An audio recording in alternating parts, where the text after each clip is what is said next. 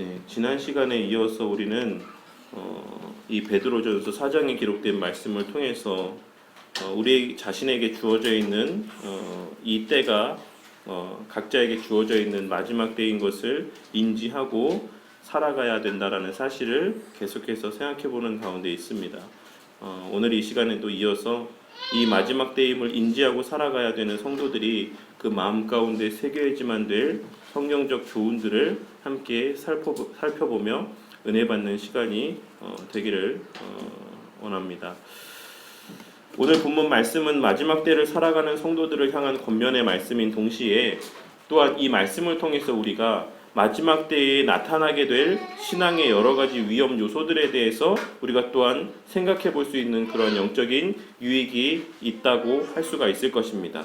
그 가운데 지난주 설교 시간에는 마지막 때가 가까이 올수록 세상의 여러 가지 분주한 일들로 인해서 우리의 마음이 빼앗기고 하나님만을 향해야 될 우리의 마음이 나뉘어지므로 기도에 집중하지 못하게 될 것이다라는 사실에 대해서 우리가 함께 생각해보는 시간을 가졌습니다. 그러므로 우리는 더욱더 우리의 관심을 끄는 세상적인 여러 가지 요소들로부터 우리의 마음을 지키고 근신하며 건전한 마음을 갖기 위해 개인 경건의 삶 가운데 애써야지만 될 것이다라는 것을 우리가 함께 지난 시간에 생각을 해봤습니다. 그리고 우리가 그러한 개인 경건의 삶 가운데 힘써야지만 되는 이유는 다른 이들로부터 경건한 사람이라 칭송을 받거나 혹은 신앙이 좋은 사람이라 높임을 받기 위해서도 아니고 하나님 앞에 인정받기 위함도 아니며 오직 하나님의 나라와 그의 의와 그의 영광을 위해 기도하기 위함이라는 사실을 우리가 명심해야지만 된다는 사실을 지난 시간에 함께 생각을 해보았습니다. 오늘은 그에 이어서 마지막 때에 나타날 우리 신앙을 위협하는 요소들에 대해서 계속해서 함께 생각을 해보도록 하겠습니다. 둘째로는 나를 더 귀히 여기고 나를 더 사랑하는 이기적인 마음들이 가득하게 될 것임을 전제로 하고 서로 사랑하고 섬길 것을 이야기하고 권면하고 있다는 사실을 우리가 주목해서 볼 필요가 있을 것입니다. 8절부터 10절까지의 말씀에 기록된 내용을 제가 다시 한번 봉독을 해보자면 무엇보다도 뜨겁게 서로 사랑할지니 사랑은 허다한 죄를 덮느니라. 서로 대접하기를 원망 없이 하고 각각 은사를 받은 대로 하나님의 여러 가지 은혜를 맡은 선한 청지기 같이 서로 봉사하라 라고 말씀을 하고 있습니다. 그런데 이 8절과 9절 말씀을 해석함에 있어서는 우리가 좀 깊이 있게 생각을 해봐야지만 되는 그러한 의미가 담겨져 있다고 할 수가 있습니다. 원문 성경에는 9절 말씀이 시작하는 부분 앞부분에 왜냐하면이라고 하는 그러한 표현이 기록이 되어 있습니다. 한글 성경에는 그 내용이 생략되어 있기 때문에 이 본문의 말씀을 좀 오해를 할 수가 있는데 이 왜냐하면이라는 말씀을 삽입을 해서 성경 말씀을 다시 한번 해석을 해보자면 우리가 이 본문 말씀이 주는 유익을 두 가지로 나누어서 생각을 해볼 수가 있을 것이다라고 생각이 됩니다. 먼저 이것이 여러 가지로 해석되는 이유 가운데 핵심이 무엇이냐면 이 죄를 덮어준다라는 것이 누구의 죄를 덮어주는 것이냐라는 것에 대해서 우리가 정의할 때 이 해석이 달라질 수가 있어요. 이 죄가 다른 사람의 죄를 덮어주는 것이냐, 이웃의 죄를 덮어주는 것이냐, 아니면 나의 죄를 덮어준다라는 것이냐, 이렇게 해석을 할 때에 이 본문 말씀의 해석이 차이가 난다라는 것입니다. 먼저 첫째로 우리가 이 죄를 덮어준다라는 것이 이웃의 모든 죄를 덮어준다라는 것이 바로 사랑이다 라고 이렇게 해석을 할 때에는 이 본문의 말씀을 다른 이의 죄를 무조건적으로 덮어주는 것이 과연 진정한 사랑인가라고 하는 이러한 의문에 부딪힐 수가 있어요. 그러니까 이 본문의 말씀의 이 해석을 다른 이의 죄를 덮어주는 것, 그것이 바로 사랑이다 라고 이렇게 이야기할 때에 그것에서 오는 여러 가지 성경적인 가치관과 충돌되는 문제들을 야기할 수가 있다라는 사실입니다. 그리고 논리적으로도 좀 어색한 해석이 될 수 있다라고 할 수가 있을 것입니다. 그리고 다른 하나는 전통적인 견해로서 초대교회 시절에 오리겐이나 터툴리안이라고 하는 이러한 교부들을 통해서도 계속해서 유지되어져 왔던 해석으로서 이것이 우리의 죄가 덮어지기 때문이다 라고 해석을 하는 그러한 성경의 해석의 한 흐름이 있습니다. 이는 누가복음 7장 47절 말씀에 기록된 예수님께서 직접 하신 말씀인 이러므로 내가 내게 말하노니 그의 많은 죄가 사하여졌도다. 이는 그의 사랑함이 많음이라. 사함을 많이 받은 일이 적은 자는 적게 사랑하느니라라고 하는 이 말씀을 근거로 해서 해석하는 한 부류라고 할 수가 있습니다. 누가복음 7장 말씀에 보시면 우리가 잘 알고 있는 것처럼 그 빚을 탕감받은 그러한 사람에 대한 예화가 기록이 되어져 있어요. 그래서 많이 탕감받은 사람은 당연히 많이 고마워하고 많이 사랑할 것이며, 적게 탕감받은 사람은 당연히 적게 사랑하고 적게 감사할 것이다라고 하는 그러한 교훈의 말씀을 우리에게 이 누가복음 7장의 말씀을 통해서 예수님께서 우리에게 나타내 보여주고 있습니다. 이런 말씀을 통해서 예수님께서 이 본문 말씀에서 하신 말씀의 의미는, 참된 사랑이라는 것은 자신이 죄를 탕감받은 죄인이었다라는 사실을 아는 자들만이 하나님 앞에 진정으로 감사하며 참된 하나님 앞에서의 사랑의 삶을 살아갈 수 있다라는 것을 말씀을 하고 있는 것이에요. 그러니까는 이 본문 말씀과 맥을 같이 해서 이 본문의 말씀을 해석을 한다라고 하면, 이 베드로 사도의 이 서로 사랑하라고 하는 이 권면에는 내 죄가 많이 탕감받았음을 자각하라라고 하는 이 권면이 먼저 그 이면에 전제되어져 있다라는 것을 우리가 확인할 수 있을 것이다라고 생각이 됩니다. 너가 먼저 하나님 앞에 죄인이었고, 너가 먼저 하나님 앞에 그 많은 빚을, 죄의 빚을 탕감받은 그러한 존재라는 것을 너희가 기억을 해라, 깨달아라. 그리고 너희들이 서로 뜨겁게 사랑해라 라고 이렇게 말씀을 하고 있는 것입니다. 왜냐하면 그것을 아는 자들만이 서로를 온전히 참되게 뜨겁게 사랑할 수가 있고, 그것을 아는 자는 허다한 죄를 이미 용서받은 자이며 그의 허다한 자범죄 또한도 용서받을 것이다라는 의미가 이 본문의 말씀의 의미 가운데 담겨져 있다고 할 수가 있는 것입니다. 늘 자신의 무가치함을 아는 자들은 남을 나보다 더 낮게 여기며 내게 혹 잘못을 범할지라도, 다른 사람들이 나에게 실수를 할지라도 자신의 더 연약함을 보면서 그들을 참되게 사랑할 수가 있는 것입니다. 그러니까 내가 그보다도 못한 자라는 것을 늘 인지하고 살아갈 때에 어떤 이들이 실수를 해도 나는 더 늘 큰 실수를 하니까, 나는 그보다도 더 큰 잘못들, 더 큰 범죄함들을 날마다 나타내 보이는 자이니까 그럴 수 있겠지라고 하는 상대방을 이해하는 마음들이 우리 마음 가운데 자리할 수 있다는 것이에요. 그런데 우리가 우리 스스로를 높게 평가하고 우리 자신에 대한 온전한 자각이 없을 때에는 우리가 우리 자신의 들보는 우리가 깨닫지 못한 채 남의 눈에 있는 티끌만을 바라보며 그것이 잘못됐다 손가락질하는 이러한 잘못된 지경, 참된 사랑을 나타내 보이지 못하는 삶의 모습으로 이어질 수가 있다라는 사실입니다. 이와 같이 자신의 어떤 죄를 탕감받은 것에 대한 자각이 있는 사람들은 자연스럽게 다른 이들을 뜨겁게 사랑할 수가 있는 것이며, 또한 그 사람들은 날마다 자신의 죄악들을 주님 앞에 고백하기에 게을리하지 않을 것이기 때문에 그러한 자들의 입술을 통해서 고백되어지는 모든 죄들은 하나님께서 그 모든 허다한 죄를 다 용서해 주실 것이다라고 이 본문 말씀을 통해서 베드로 사도는 우리에게 권면을 하고 있는 것입니다. 그러므로 8절에서 10절까지의 말씀을 해석하고 적용함에 있어서 우리는 참된 성도의 겸손이라는 것이 그 이면에 전제되어져 있다라는 사실을 마음에 깨닫고 마음에 새기며 이 본문의 말씀을 계속해서 해석을 하고 적용을 해야지만 될 것이다라고 생각이 됩니다. 9절의 말씀의 의미는 당시 상황에 대한 사전적인 지식이 있어야지만 온전히 이해할 수 있는 말씀이라고 할 수가 있습니다. 헬라어는 사실 주어라는 것이 명백하게 기록이 되어져 있지 않다라고 해도 동사에 이미 그 형식 가운데 그 주어에 대한 그런 의미들이 담겨져 있기 때문에 우리는 이 동사의 내용들을 통해서 그 말하는 대상에 대해서 충분히 유추할 수가 있습니다. 그런데 이 베드로 사도는 이 본문의 말씀 가운데 서로 대접하라는 권면을 하면서 그 대상에 대해서 이야기하기를 나그네 된 그리스도인으로 규정하고 있는 것을 알 수가 있어요. 그러니까 이렇게 서로 대접해야지만 되는 대상에 대해서 이야기하기를 나그네 된 그리스도인들, 나그네 된 형제들을 대접하기에 있어서 너희들이 게을리하지 말고 전심전력으로 정말로 자원하는 마음으로 열심을 다해서 대접하라 라고 이 본문의 말씀을 통해서 권면을 하고 있다는 사실입니다. 그러니까 왜 특별히 베드로가 하고 많은 나그네들도 아니고 그냥 그 가운데 특별히 그리스도인을 한정지어서 이야기를 하고 있냐면, 당시에 우리가 잘 알고 있는 것처럼 극심한 핍박이 교회 가운데 있었습니다. 그래서 그 가운데 자신이 그리스도인이라는 것들이 공개되어졌을 때에 많은 사람들이 그 목숨의 유지를 위해서 피해 다니는 피신의 삶을 살아가고 있는 성도들도 많이 있었어요.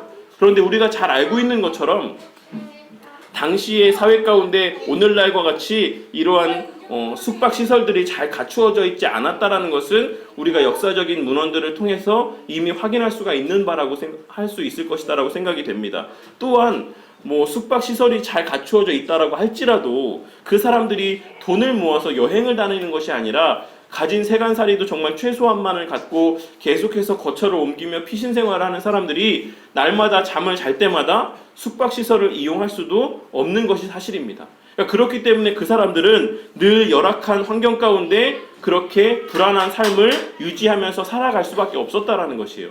그리고 우리가 잘 알고 있는 것처럼 초대교회 성도들 가운데 서로가 서로를 확인하는 방법 가운데 하나가 무엇이었냐면 책상 가운데 물고기의 반을 그리면 나머지 그리스도인이 와서 나머지의 반쪽을 그림으로써 나도 그리스도인이다라고 하는 어떤 그런 서로 간의 교통하는 신호가 있었다라는 것을 우리가 잘 알고 있습니다. 그러니까 이러한 환경들을 통해서 이러한 조건들을 통해서 다니는 곳마다 혹 그리스도인이 없는지를 그들이 확인했다라는 것이에요. 그리고 그러한 확인을 통해서 그 사람의 집에 찾아가서 하룻밤 신세를 지는 이런 일들이 빈번하게 당시에는 일어났다라는 사실입니다. 이러한 것들을 염두에 두고 베드로 사도가 권면하기를 그러한 자들을 대접함에 있어서 너희들이 소홀하지 말고 정말 진심으로 원망 없이 해라 라고 이야기를 하고 있는 것입니다. 그런데 왜 원망 없이 하라고 하는 이 표현이 거기에 삽입되어 있겠습니까? 그것은 이러한 사람들이 많았다라는 것이에요. 이렇게 피신을 다니는 사람들이 한두 명이 아니었다라는 것입니다.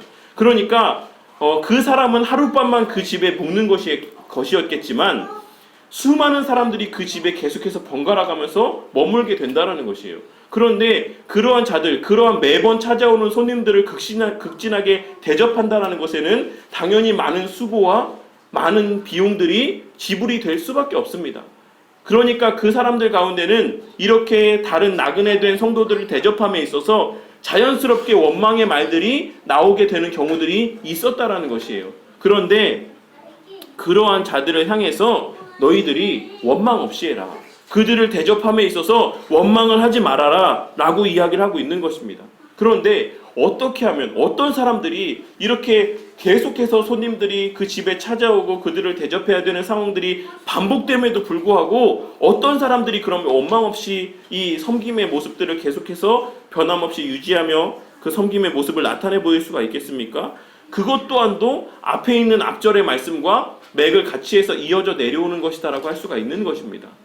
그러니까 내게 소유되어져 있는 그 모든 재물들이, 내가 소유하고 있는 지금의 환경들이 내가 잘나고 내가 특별하고 내가 어떤 노력을 해서 얻게 된 그러한 결과물들이 아니라 하나님께서 이 일을 위해서 나에게 부여하신, 나에게 맡기신 그러한 조건들이다, 수단들이다라는 것을 인지하고 살아가는 사람이라고 한다면 그 많은 피신 생활 가운데 있는 그리스도인들을 대접함에 있어서 원망 없이 그들을 대접할 수가 있다라는 것을 전제하고 베드로 사도가 지금 이 말씀을 하고 있는 것이에요. 그래서 구체적으로 10절 말씀에 이어서 보다 구체적으로 이야기하기를 각각 은사를 받은 대로 하나님의 여러 가지 은혜를 맡은 선한 청지기 같이 서로 봉사하라고 말씀하고 있는 것입니다. 너희들은 청지기다. 너희들은 그냥 하나님께서 부여하신 것을 잠깐 맡고 있는 사람들이다. 그리고 너에게 이렇게 이러한 것들을 준 이유는 너 자신이 먹고 마시고 그것을 누리게 하기 위함이 아니라 이와 같이 다른 형제들을 대접하고 섬기고 서로 봉사하게 하기 위한 수단으로서 너에게 맡긴 것이다라는 것을 기억하라고, 되새기라고, 마음에 새기고 떠올리라고 사도 베드로가 이야기를 하고 있는 것입니다.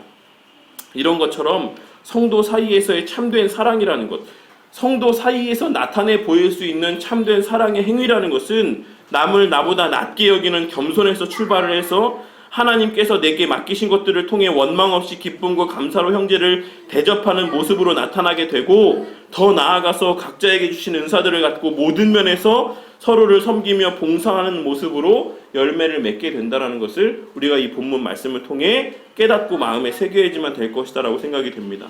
본문에서 은사라고 번역되어져 있는 이 표현은 우리에게 비교적 잘 알려져 있는 헬라어인 카리스마라는 단어의 표현입니다. 이 카리스마라는 단어의 의미는 기본적으로는 영적인 은사들을 의미하는 표현이기는 하지만 그렇다라고 이 표현이 단지 우리가 일반적으로 알고 있는 그러한 영적인 은사들에게만 국한되어져서 적용되어지는 그러한 표현은 아닙니다. 우리가 잘 알고 있는 것처럼 뭐 예언을 한다든지 치유를 한다든지 그와 같은 어떤 특별한 자들에게만 주어져 있는 제한된, 물론 저는 특별한 자들에게 그러한 특별한 능력이 국한돼서 부어졌다, 허락되었다라고 믿진 않지만 어쨌든 일반적으로 생각하는 그런 것과 같은 그런 은사만을 의미하는 것이 아니라 보다 넓은 의미의 표현으로서 일반적으로 우리 각자에게 주어져 있는 여러 가지 재능들을 아우르는 표현입니다. 각자의 삶 가운데 하나님께서는 모두에게 적어도 한 가지씩은 잘할 수 있는 것들을 다 부여해 주셨어요. 그것은 뭐 우리가 특별하게 생각하는 것만 의미하는 것이 아니라 뭐 어떤 사람은 남을 가르치는 것을 즐거워하고 좋아하기도 하고, 뭐 어떤 사람들은 몸으로 어떤 일에 봉사하는 것을 좋아하기도 하고, 어떤 사람들은 음식하는 것을 좋아하기도 하고, 어떤 사람들은 노래 부르는 것, 찬양하는 것을 좋아하기도 하고, 각자마다 여러 가지 하나님께서 적어도 한 가지씩은 잘할 수 있는 것들, 좋아하는 것들, 이러한 것들을 그들에게 부여해 주셨다는 것이에요. 그리고 그러한 은사들을, 그러한 특별한 어떤 재능들을 그들에게 부여해 주신 이유는 그런 것들을 통해서 남을 섬기고 서로 봉사하게 하기 위한 수단으로서 하나님께서 각자에게 여러 가지 재능들을 부여해 주셨다라는 것을 이 본문 말씀을 통해서 우리에게 상기시켜 주고 있는 것입니다. 그러한 섬김의 모습들을 통해서, 그러한 헌신적인 수고의 모습들을 통해서, 그러한 사랑의 섬김과 봉사의 모습들을 통해서 주 안에서 한 형제 자매된 그러한 이들의 관계라는 것이 더욱더 단단해지고 끈끈해질 수 있다는 것을 말씀을 하고 있는 것입니다. 그리고 그것이 교회가 세워져가는 모습이에요. 그것이 오늘 본문 말씀에서 궁극적으로 증거하고자 하는 교회가 세워져가는 모습의 본질적인 모습입니다. 다른 것을 통해서 그냥 헌금이 많아지고 교회가 재정적으로 넉넉해져서 좀 더 넓은 예배 초소에 가게 되고 또 우리의 소유가 되는 건물을 세우게 되고 이러한 것이 교회가 세워져 가는 것이 아니라 많은 성도들이 각자에게 받은 재능들을 통해서 교회 안에서 각자에게 허락받은 그 자리에서 다른 성도들을 생각하며 그들을 섬기며 그들의 부족과 연약들을 채워주며 그 성도들 사이에 끈끈함과 사랑함과 단단함들이 계속해서 공고해져 가는 것, 그것이 주의 몸된 교회가 세워져 간다라고 하는 의미의 본질인 것을 이 본문 말씀이 우리에게 증거하고 있는 것입니다. 그러니까 교회라는 것은 재물을 통해서, 물질을 통해서 세워져 가는 것도 아니고 지식만을 통해서 세워져 가는 것도 아니에요. 이 성경적인 지식이라는 것이 바로 우리의 본 모습에 대한 자각을 불러일으키고 우리가 죄인이었다는 것을 되새기게 하여 주시고, 그렇기 때문에 남을 섬길 수 있는 그러한 기본적인 마음이 바른 성경적인 지식으로 말미암아 각자 가운데 자리하게 되었을 때에 그렇게 자원하는 마음으로 섬기는 그러한 헌신의 수고를 통해서 교회는 세워져 가고 그러한 사랑의 교제들이 교회를 끈끈해져 가게 만들어준다는 것을 이 본문 말씀이 우리에게 증거하고 있는 것입니다. 그러한 의미에서 봤을 때 사랑이 없는 교회, 서로에 대해서 무관심한 교회, 서로의 부족과 연약을 채워주려는 생각이 전혀 없는 교회, 내가 혹 남보다 더 덜한 것은 없는지, 그보다 자랑할 것은 없는지, 이러한 것들만을 찾고 자랑하기에 바쁜 교회는 참된 교회가 아니다라고 할 수가 있는 것입니다.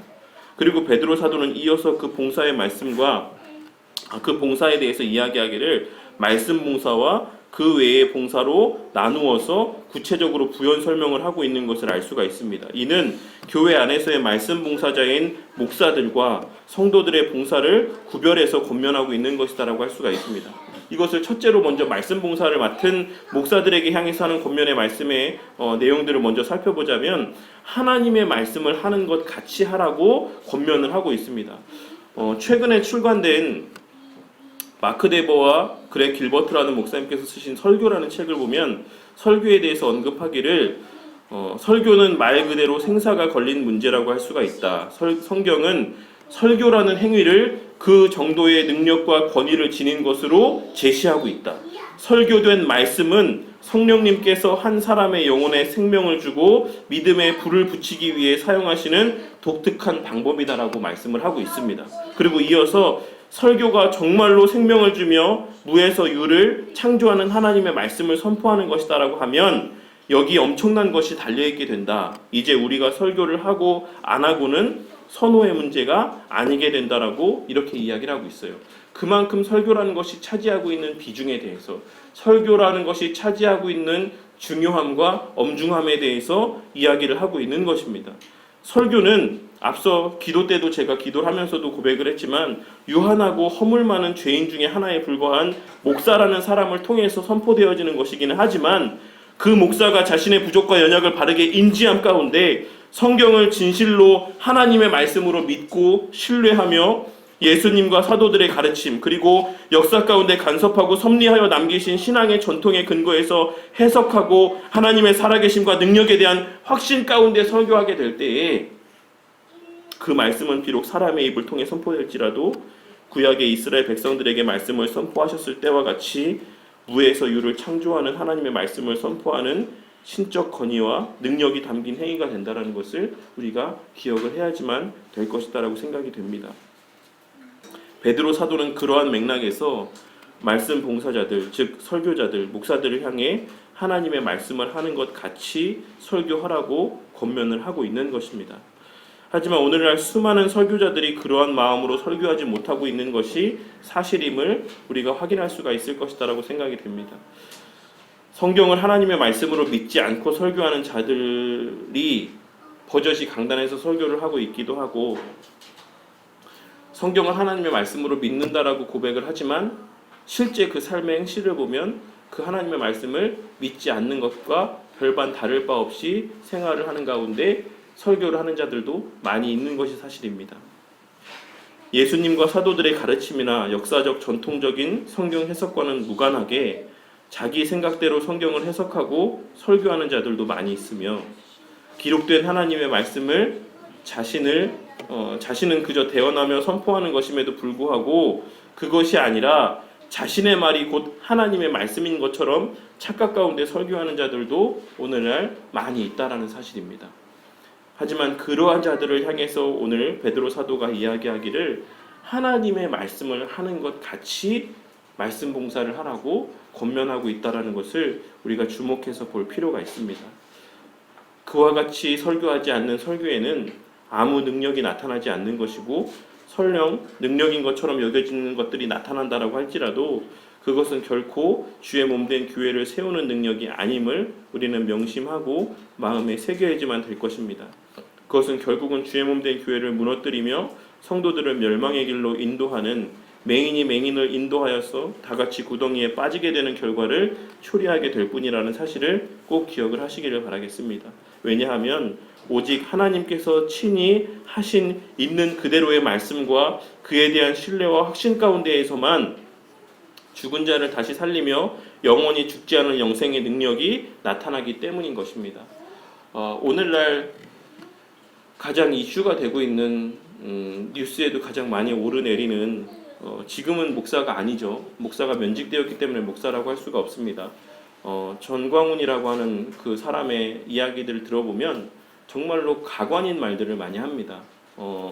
자신이 입신의 경지에 이르러서 뭐 하늘에 3층 천에 바울이 올라갔던 3층 천에 올라갔다 왔다 라고도 이야기를 하고 그런 바울과 같은 자신과 같은 하늘에 올라갔다 내려오는 천국을 직접 눈으로 본 자들만이 성경을 바르게 해석할 수 있다라고 주장을 하고 그러한 말도 안 되는 그러한 주장들 영지주의적인 요소들 나만이 특별한 지식을 갖고 있다라고 하는 어떤 그런 주장들을 하는 목사들이 오늘날 한국교회 가운데 너무나도 많이 있다라는 것이에요.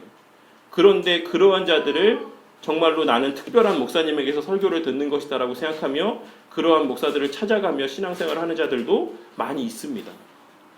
이러한 모습들을 바라보며 주님께서 말씀하시기를 맹인이 맹인을 인도하는 것과 같이 그 둘이 다 결국에는 구덩이에 빠지게 되고 말 것이다라고 경고하고 계시다라는 것을 우리가 늘 명심을 하고 성경의 말씀을 해석하며 적용하며 선포하는 것에 있어서는 늘 하나님의 주신 말씀의 근거에 말씀으로 말씀을 해석하며 믿음의 선배들을 통해 남겨주신 신앙의 유산인 전통적인 해석의 근거를 통해서 우리가 성경을 해석하고 적용해야지만 온전히 하나님의 뜻대로 우리가 그 말씀을 해석하고 적용하며 그 영적인 유익들을 받아들일 수 있다는 것을 꼭 명심하시는 우리 성도님들이 되시기를 바라겠습니다. 그리고 이어서 성도들이 봉사를 함에 있어 명심해야 될 것에 대해서 말하기를 하나님이 공급하시는 힘으로 하는 것 같이 하라고 권면을 하고 있습니다. 여기에는 두 가지 중의적인 의미가 담겨 있다라고 할 수가 있어요. 첫째는 무엇이냐면 내 힘으로 하는 것 같이 교만하지 말라라는 것입니다. 지난주에 제가 임직자 교육 시간에도 이 말씀을 갖고 교육을 했는데, 오늘날 수많은 이들이 교회 앞에 봉사를 하면서 입으로는 하나님께서 봉사하셨다, 하나님께서 하셨다라고 고백을 하지만 실제로는 내가 했다라고 하는 그런 생각들을 갖고 있는 경우들이 너무나도 많이 있는 것을 우리가 발견을 하게 됩니다. 내 자아가 여전히 살아 요동치는 상태에서의 봉사는 결코 하나님께 영광을 돌릴 수가 없으며 그 자신에게도 아무 영광이나 유익이 나타나지 않는다라는 것을 명심하시는 성도님들이 되시기를 바라겠습니다. 하지만 그럼에도 수많은 성도들이 다른 이들이 알아주기를 바라는 열망을 가득 안고 자신의 힘과 노력으로 봉사하는 경우가 너무나도 많이 있다라는 것이에요. 하지만 그러한 성도의 행위는 하나님 앞에서 도적질을 하는 행위와 똑같이 하나님 앞에 여겨진다라는 사실을 꼭 깨닫는 은혜가 있으시기를 바라겠습니다. 하나님의 영광을 도적질하는 것이며 하나님보다 나를 섬기는 우상 숭배이고, 근본적으로는 아담과 하와가 빠졌던, 범했던 동일한 불순종의 죄를 범하는 것임을 명심하시는 성도님들이 되시기를 바라겠습니다. 둘째로는 하나님의 일을 함에 있어서 지치거나 낙심하지 말라는 의미 또한도 담겨져 있다라고 할 수가 있어요. 왜냐하면 그 일이 내 힘으로 하는 것이 아니라 하나님께서 공급하시는 힘으로 그 사명들을 감당하는 것이기 때문에 그렇습니다. 베드로 사도는 본문의 표현을 사용함에 있어서 현재 시제를 사용을 했습니다. 현재 시제에는 지속성을 의미하는 그러한 의미들이 담겨져 있어요. 그러니까 하나님께서 우리에게 맡기신 어떤 사명들을 감당하게 하고자 하실 때에 그 힘이라는 것이 단회적이거나 제한적으로 허용되는 것이 아니다라는 것을 베드로 사도는 이 시제의 표현을 통해서 우리에게 나타내 보여주고 있는 것입니다. 그러니까 우리가 하나님의 사명들을 감당하며 나아갈 때에 하나님의 공급하시는 힘이라는 것은 계속해서 지속적으로 우리에게 부어진다는 것이에요. 무엇을 통해서? 말씀을 통해서. 우리가 날마다 말씀을 상고하며 기도 가운데 하나님의 사명을 감당하며 나아간다라고 하면 하나님께서 날마다 필요한 때마다 시마다 필요한 은혜들을, 그 말씀의 능력들을 우리에게 공급하여 주신다는 것입니다. 그러니까 그 사명들을 감당함에 있어서 낙심하지 말라라는 것이에요. 내가 하는 것이 아니니까. 내 힘은 유한하고 내 능력들은 제한되어 있지만 하나님의 능력은 무한하시기 때문에 하나님께서 날마다 공급하시는 능력으로 그 일이 성취될 것이다라고 하는 확신과 믿음 가운데 그 사명들을 감당하라고 말씀을 하고 있는 것입니다. 그리고 그 확신이라는 것, 하나님에 대한 확신, 하나님의 말씀에 대한 확신은 곧 능력이 되어서 우리에게 담대함 가운데 각자에게 맡겨진 사명을 감당함에 있어 원동력이 되고 추진력이 돼서 그 사명을 온전히 완성하기까지 우리를 지치지 않게, 낙심하지 않게, 염려하지 않게 우리를 붙들어주는 그러한 힘과 능력이 될 것이다라고 생각을 합니다. 그러니 낙심하지 말고 불안해하지도 말고 하나님이 공급하시는 힘으로 하는 것 같이 늘 담대함 가운데 주에 맡겨진 사명을 감당하라고 오늘 말씀을 통해서 우리에게 권면을 하고 있는 것입니다. 그리고 그와 같은 그리스도로 말미암는 그리고 말씀으로 말미암는 목사와 성도들의 온전한 봉사를 통해서 우리는 불같은 시험이 많은 이 말세의 때 속에서도 변함없이 하나님께 온전히 영광 돌리는 삶을 살 수 있게 되는 것입니다.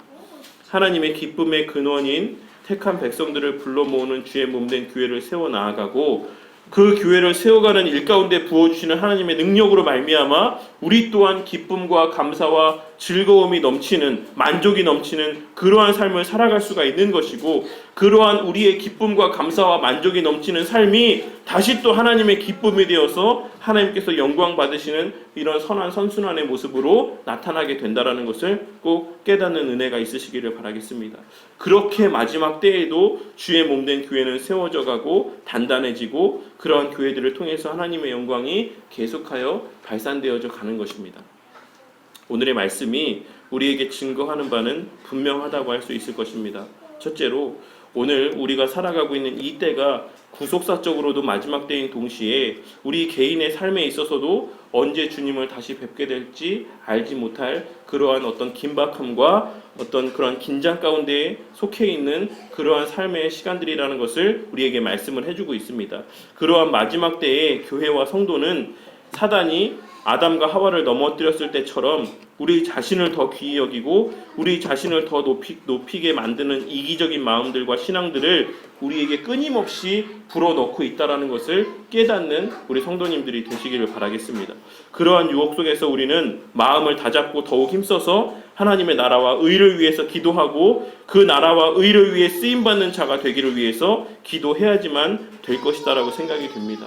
오늘날 방송을 틀기만 하면 너무나도 먹음직스러운 그러한 음식들이 우리 눈앞에 보여지고 너무나도 가고 싶은 여행지들이 끊임없이 방송에 방영되고 있는 이 시대들 가운데 내 시선을 빼앗는 사고 싶은 것, 갖고 싶은 것, 하고 싶은 것이 너무나도 많은 이러한 때를 우리가 살아가는 가운데 있습니다. 그 많은 것들, 그 많은 매체들을 통해서 흘러나오는 유혹의 제목들이 우리의 시선을 그리스도에게만 고정되는 것을 방해하고 기도하는 시간을 빼앗고 말씀 보며 묵상하는 시간들을 빼앗는 그러한 시대를 우리가 살아가고 있다는 것이에요.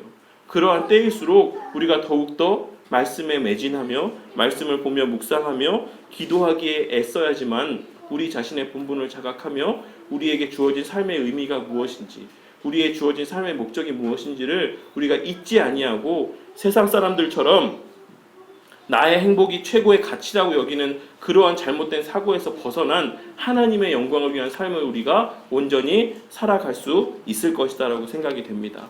그리고 우리의 본래의 모습을 깨닫고 독생자 예수 그리스도를 통해 베풀어 주신 무조건적인 죄사함과 구원의 은혜를 기억하며 늘 남을 나보다 더 낫게 여기며 서로 사랑으로 봉사하고 섬기는 삶을 살기 위해 애써야지만 된다라는 것을 오늘 말씀이 우리에게 증거를 하고 있습니다. 많은 사람들이 착각하고 있는 것 중에 하나가 무엇이냐면 성도의 사랑이라는 것이 베풀미라고 생각하는 것입니다. 우리 성도님들도 성도의 사랑이라는 것이 베풀미라고 생각을 합니까? 성도의 사랑은 베풀미 아니에요. 성도의 사랑은 섬김입니다. 베푼다라는 마음 가운데, 베푼다라는 표현 가운데 담겨져 있는 이면적인 의미는 무엇이냐면 그 소유가 내 것이라고 하는 전제가 깔려져 있어요. 이것이 내 것이니까 내 것인데 내가 나만 쓰지 않고 내가 너에게도 쓰게 해줄게 라고 하는 생각이 그 이면에 자리하고 있다는 것입니다. 그런데 앞서 말씀드린 것처럼 성도에게 주어진 모든 것들은 내 것이 아닙니다. 하나님께서 나에게 하나님의 선한 일들을 하게 하시기 위해서 잠깐 맡기신 것이라는 것을 꼭 명심하시기를 바라요. 그것이 내 것이라는 생각이 들 때 그때부터 우리의 신앙의 그 모든 행위는 잘못된 모습으로 표출되어질 수밖에 없다는 것을 꼭 깨달으시기를 바라겠습니다. 그것은 내 것이 아니라 하나님의 것인데 나에게 잠시 맡기신 것이다라는 것을 우리가 꼭 기억을 하면서 갈라디아서 5장 13절 말씀에 기록된 것처럼 형제들아 너희가 자유를 위하여 부르심을 입었으나 그러나 그 자유로 육체의 기회를 삼지 말고 오직 사랑으로 서로 종노릇 하라라고 하는 이 역설적인 이 권면의 말씀을 우리가 마음 가운데 새겨야지만 될 것입니다.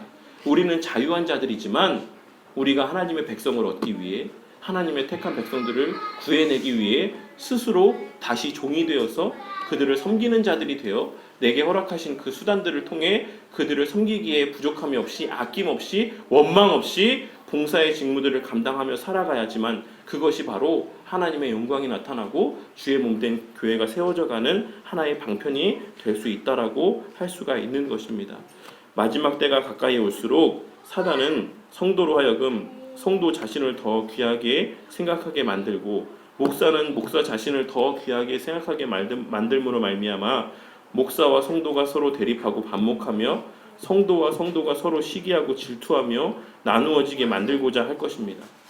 그러한 미혹과 불같은 시험의 마지막 때 가운데서도 오늘의 이 말씀을 마음 가운데 새기시고 주께서 우리에게 허락하신 영과 하나님의 영광의 수단인 이 주의 몸된 교회를 각각에게 주어져 있는 은사대로 선한 청지기같이 섬기고 봉사하심으로써 오직 하나님께만 영광을 돌리고 기쁨이 되는 또한 그 영광과 권능을 세세에 무궁하도록 증거하는 이 바른 교회와 우리 성도님들이 되시기를 주님의 이름으로 간절히 축원합니다.